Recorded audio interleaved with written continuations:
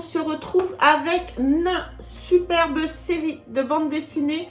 Donc c'est le tome 1, Redwin de la Forge, c'est paru chez Soleil. Au scénario, donc vous avez Nicolas Jarry. Donc Nicolas Jarry, c'est un auteur de bande dessinée né le 19 juin 1976 à Rosny-sous-Bois. Il a passé une partie de son enfance chez ses grands-parents en Dordogne et il réside à Périgueux.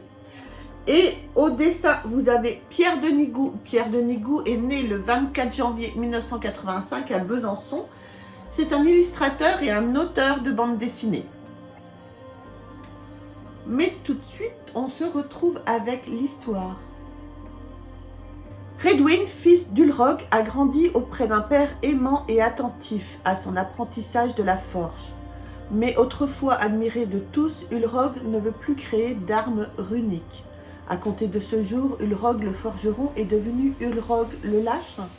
Humilié, fou de rage, Redwin est prêt à tout pour s'éloigner de son père et devenir un seigneur des runes. Le maître forgeron et maître combattant de l'ordre de la forge.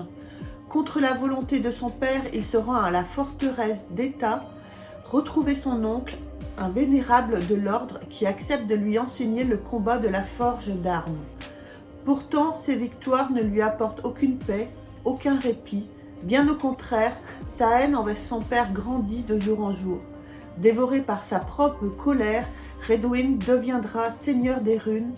Loin d'être un aboutissement, ce sera le début d'un long calvaire.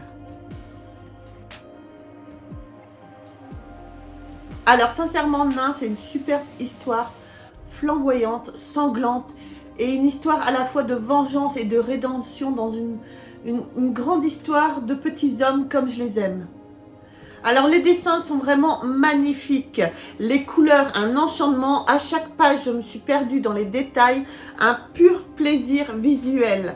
Ces dessins servent une histoire profonde avec des personnages forts et de beaux, même dans leur mocheté en tant que Redwin voit le mage sous sa véritable forme, waouh, plein les mirettes.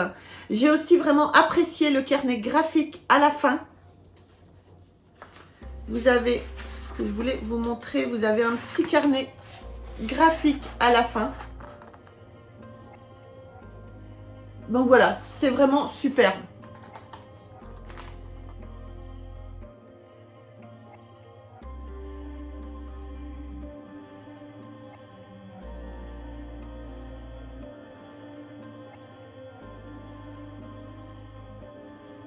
Alors bref, on a ici un tome 1 vraiment superbe, d'une qualité graphique assez énorme, associée à une qualité de scénario à la hauteur.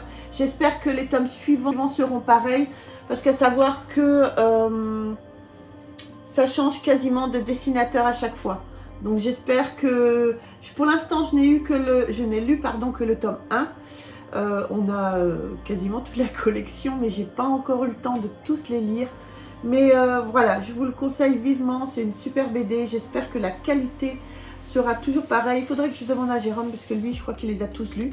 Mais je ne vais pas tarder à une lunette, ne vous inquiétez pas, pour continuer à vous les présenter.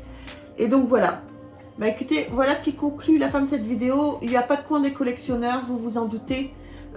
Les nains sont encore trop récents.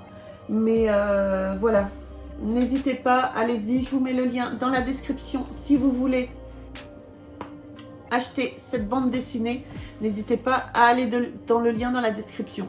Sur ce les amis, abonnez-vous à la chaîne, likez, n'hésitez pas à venir nous rejoindre sur le monde de la bande dessinée sur Facebook. J'ai aussi Instagram HistoryBD1. Et voilà, je vous embrasse très fort et on se retrouve très vite pour une autre vidéo. Bye.